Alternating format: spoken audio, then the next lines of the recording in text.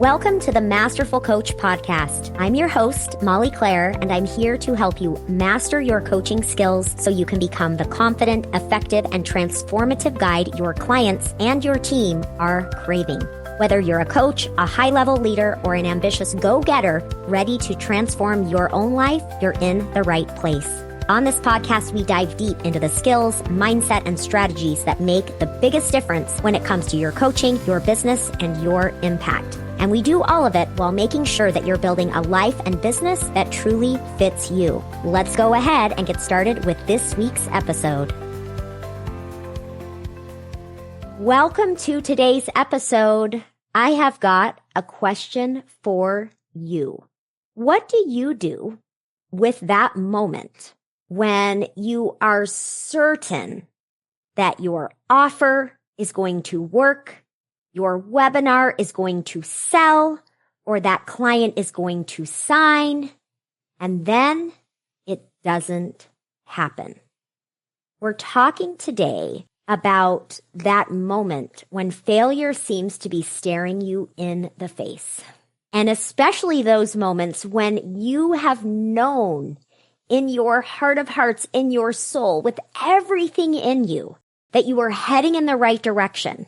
But then somehow, some way, no one shows up, no one signs up, and you begin to question everything about yourself and your business. We're talking about that moment today, that space that exists for everybody, and we're talking about it as a space of choice. Not the type of choice that we talk about in a way of condemning ourselves, criticizing ourselves, judging ourselves for not being more positive or for doing the same old stupid patterns again and again. That's not what we're talking about when we say choice. We're talking about today, right now, opening up and inviting more curiosity in that space to actually see and understand the choices you're making and why you're making them and what could possibly be different with a little more awareness, a little more curiosity, and a little more compassion and self-connection. So before we dive into this content, I am giving a huge shout out to the coaches in my community. Those in the Masterful Coach Collective, my Master Coach community. There is such incredible work going on. And let me tell all of you, I cannot wait to reveal a big project we have going on. And I'll just give you a little teaser, a little hint here. If you love the idea of having a collection of wisdom, insights, and teachings from the best master coaches you can imagine, if you like the idea of having a collection of their goodness and their wisdom, something like that is coming your way. So I have 12 of my master coaches who are absolutely phenomenal with emotion work, with understanding the nervous system, with understanding how to guide their clients through deep transformation. We are coming together to put something out there for you that is going to blow your mind. So stay tuned and take a minute right now to send some good vibes and support to my master coaches who are working so hard on this project. All right. So let's talk about when it doesn't work out. What do we do after the big letdown? So the truth is that this moment happens for everyone. And as you're listening to this, I want you to think about some of the coaches, business owners, entrepreneurs that you see as further ahead, that you see as a huge success, that you see maybe as the ultimate place you would love to be. And this is what I want to tell you loud and clear. They have more than likely experienced this big letdown many more times than you have yet experienced. Because the fact is that it happens, and there are good reasons that it happens. And it truly is what we do within that space and how we evolve and change what we do within that space that will lead you to success. Failure is not personal, it's universal, okay? And the difference between those who ultimately succeed and those who don't lies in how they engage in this space. So let's think for just a minute. We're going to remove any judgment, any opinions, any criticisms about the answers to these questions, or this question, I should say. But I want you to think about the last time something didn't work out. And I want you to think about, what did you do? I'm going to give you a few scenarios to choose from. These are very common choices, common options. Did you begin to question yourself, question your decisions, question your intuition, question your knowing, maybe even question your mission? Did you perhaps start to panic and go into frantic action of problem solving? Did you emotionally fall apart? Did you melt into a puddle on the floor? Did you quit, freeze, avoid? Most likely you have done, if not all of these, at least some version of all of them, right? And you may have some that are your go-to, your favorites. And this is normal. And the reason why we do these things is that all of us have a nervous system. And this is what happens when we are human. The power is in seeing the pattern, understanding the pattern, and offering yourself a supportive path of greater choice. So we're going to talk about 3 very common patterns, and I want you to notice where you identify these. And we're also going to talk about another option in relation to each of these common patterns. The first we're going to talk about is the downward spiral. So when I'm talking about the downward spiral, this is the moment when our thoughts and emotions run wild. They start spinning. Our brains start spinning on this self-doubt spree.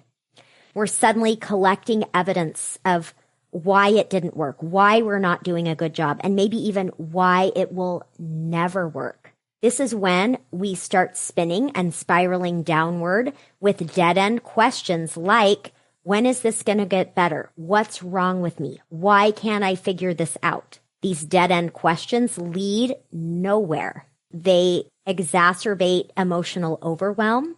It lends itself to rumination and catastrophizing. Everyone listening here can probably relate at least to some degree. So notice, is this something that you tend to go to? The self-doubt spiral. I absolutely have. Now it gets better over time, but I'm saying this because this is a normal knee-jerk reaction, but it doesn't have to be that way. And we're going to talk about something else you can do instead. Let's talk about pattern number 2, the suppression. So this is when we go into this mind over matter space, but we do it in a way where it is more like toxic positivity or bypassing, where we're trying to pretend that it doesn't hurt. We're trying to shut out those thoughts and feelings. So think about this. Sometimes people can tend to go to this downward spiral, right? And then we think the solution is saying, I'm not going to let my mind go there. I'm not going to let my emotions go there. Mind over matter, toughen up, get some grit, get back at it. And there are ways we can do this which are useful that I'm going to talk about in a minute. And there are ways we do this which is not so useful, which is what I'm talking about now, the suppression. Pretending it doesn't hurt, powering through without actually taking the time to process your experience. So how many of you relate to the suppression? Oftentimes the suppression comes with the hope that it will be the antidote to the spiral. And the problem is that the suppression doesn't work either. Let's talk about one more common pattern, and then we're going to move into some solutions here. The third one, and I left this for the last because this, in my opinion, is often both the sneakiest and absolutely the most detrimental to self. And this is the pattern of the erosion of self, or you can also think of it as a crisis of inner authority. This is when we are taking it a step further than the self-doubt spiral, and we're actually questioning our own intuition, questioning your decisions that you made, especially the decisions you made from feeling a sense of knowing, a sense of certainty, questioning your mission, maybe even questioning if your gifts or abilities are really relevant. Do I matter? Is what I'm doing matters? Okay. The kind of thinking that can accompany this are things like, maybe I was never meant to do this. How can I even begin to trust what I feel? I thought I knew, and yet it turned out this way. How can my knowing really be trusted when this is the result? Okay. And I want to talk about why this is the most damaging of all and why I believe the focus on the antidote to this is one of the most powerful things that you can do. When all of us go to a place of questioning the knowing that we experienced, the problem is that we begin to erode our own foundation of self-trust. We start to weaken our connection with ourselves. We start to weaken our spiritual connection that we have with our own knowing, with our own gifts. And the problem is that as we weaken this foundation, it increases, compounds, and exacerbates self-doubt. When you begin to question yourself, you begin to rely more on louder and bigger voices and noise all around you. We start to look more for outside validation. We disconnect from self more often. And over time, you will feel weaker and weaker in your own decisions and your own ability. This is why this is most damaging of all. And I have to speak up right here for master coach mentorship and certification that I offer, because this right here, the antidote to this, is one of the key components, the absolute foundation of this program. Because when I am working with you as a coach, first of all, when we can help to solidify your foundation of self, connection with self, relationship with self, trust with self, and your belief in your gifts, that is when you have the strongest anchor. And furthermore, not only does that anchor you and empower your entire life, but you're also learning how to do this for your clients. Because right now in this moment, we're talking about you as a coach, right? And coming up against this erosion of self or crisis of inner authority. But isn't it true that your clients experience the exact same thing in their own ways? As a parent, in their relationships, in their business, with their boss. Whatever it is your client is trying to expand in their life, the foundation has got to be that self-connection and self-trust. So that was a little bit of a tangent, but it's worth saying because truly I believe if I do nothing else for you as a listener, for you as my clients listening, if I do nothing else other than strengthen your own sense of connection with self, trust self, connection with your gifts and abilities, if I do nothing else other than that, I call that a good day, because that truly is where everything expands and grows from. Okay. Are you ready to talk about some solutions or some distinctions between these three things that I've just talked about, these common patterns, and the way to actually do them well? Okay. So let's talk first about this spiraling, the self-doubt spiral. There is a difference between spiraling and processing is really important. One keeps you stuck, which is this downward spiral, and the other sets you free. So I'm going to give you one of my favorite examples of this. One of the shows that I absolutely love to watch, we watched this several years ago. It was Undercover Billionaire.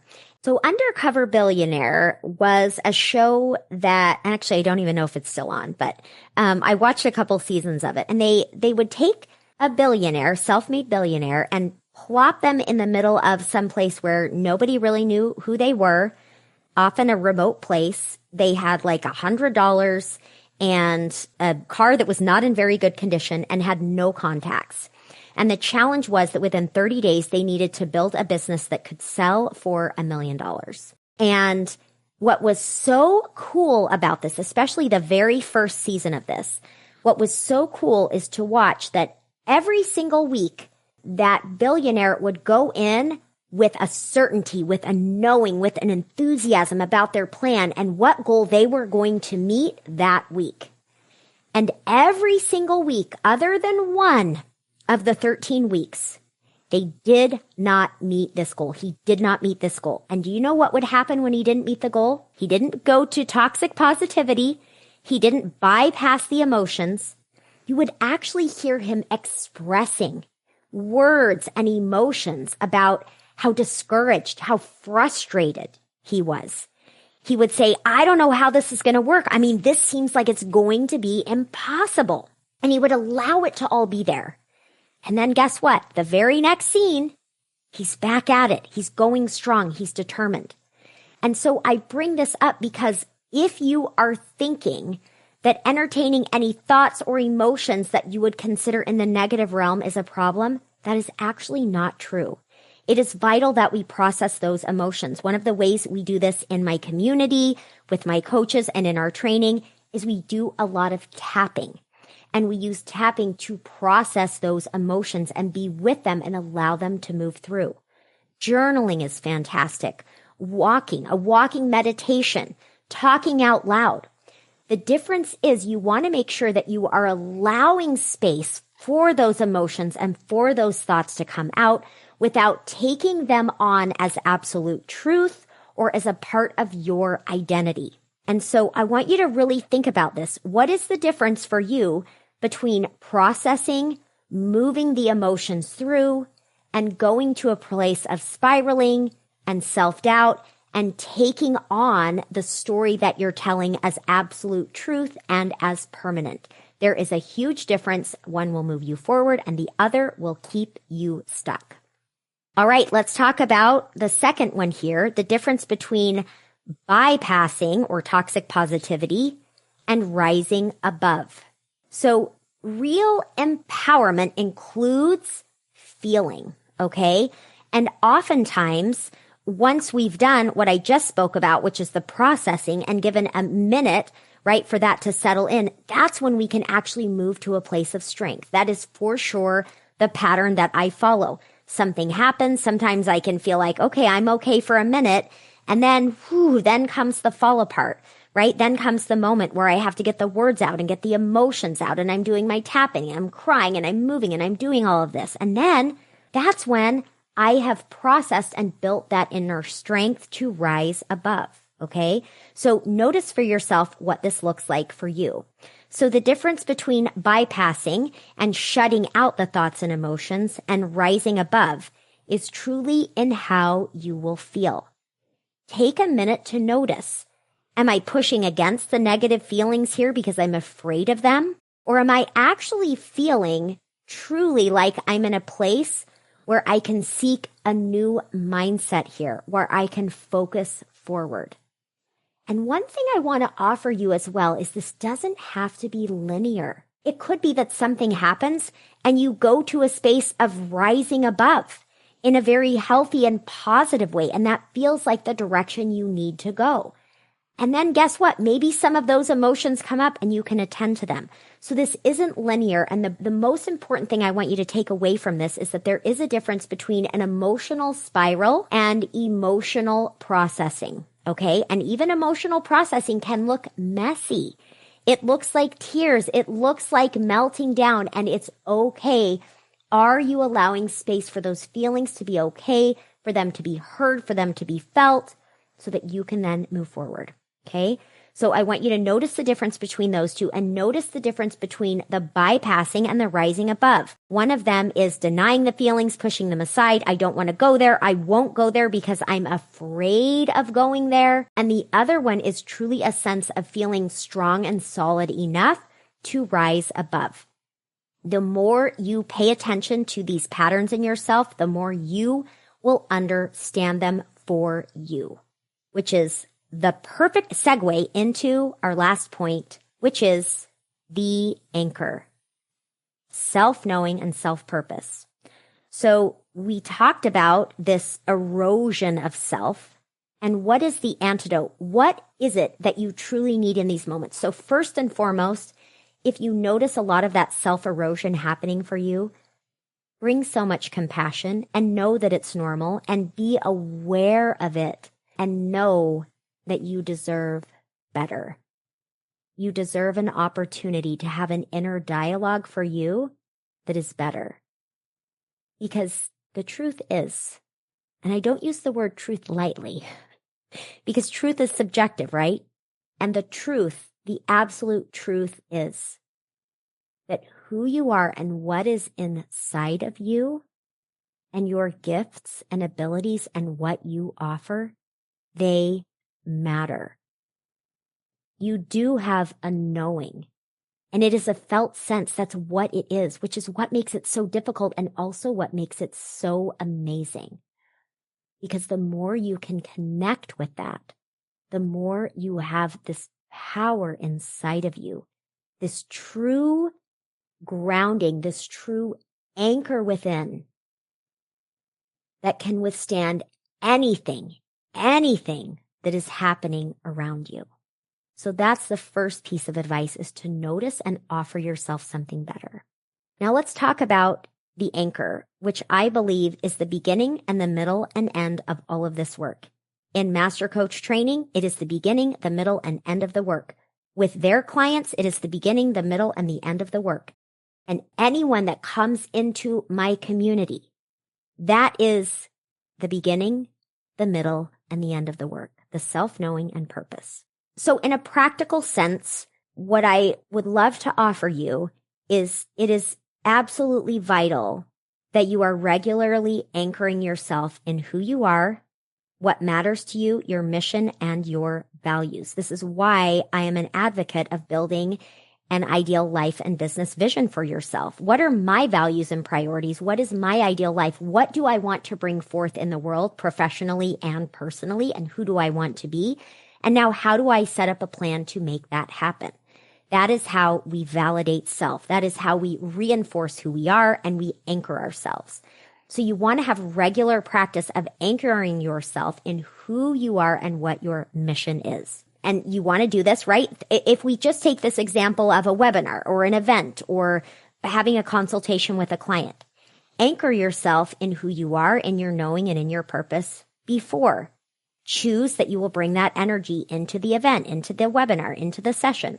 And then after it's all said and done, regardless of the outcome, anchor yourself in who you are and what your mission is and what your knowing is. Now, along with this, I want to offer you something really important. So pay attention to this. Can you think of a time when you knew something was the best step to take, the best choice to make? You absolutely knew it. And as you took that step forward, it did not turn out the way you wanted. It did not turn out the way you anticipated. And then you start questioning what you knew. Here's what I want to offer you. Be very careful about tying a specific outcome that comes in a specific way with the validity of your knowing. Because in truth, we can be aligned. You can be aligned with yourself and your knowing and what you ultimately want to create. You can know what the next best step is. You can have that clarity and you can boldly take that step. And sometimes the exact way you thought it would play out doesn't happen. Sometimes the form that your mission or your goal will take will be slightly different. And the more you can understand and make space for that, the more ease at which you can move through these moments when the outcome doesn't look exactly the way that you thought it would. And what it allows you is the opportunity to see a different option in that moment when things turn out that is different than questioning your knowing and your decision. Now, what does this look like instead? What this looks like is, here I am. I was intentional. I made this choice from a place of moving toward what I want with a genuine intention, with genuine focus. And here I am. It didn't turn out the way I wanted. That doesn't have to mean that I need to question what my vision is, that I need to question myself. What it means is I can be curious in this moment about what is the next best step for me.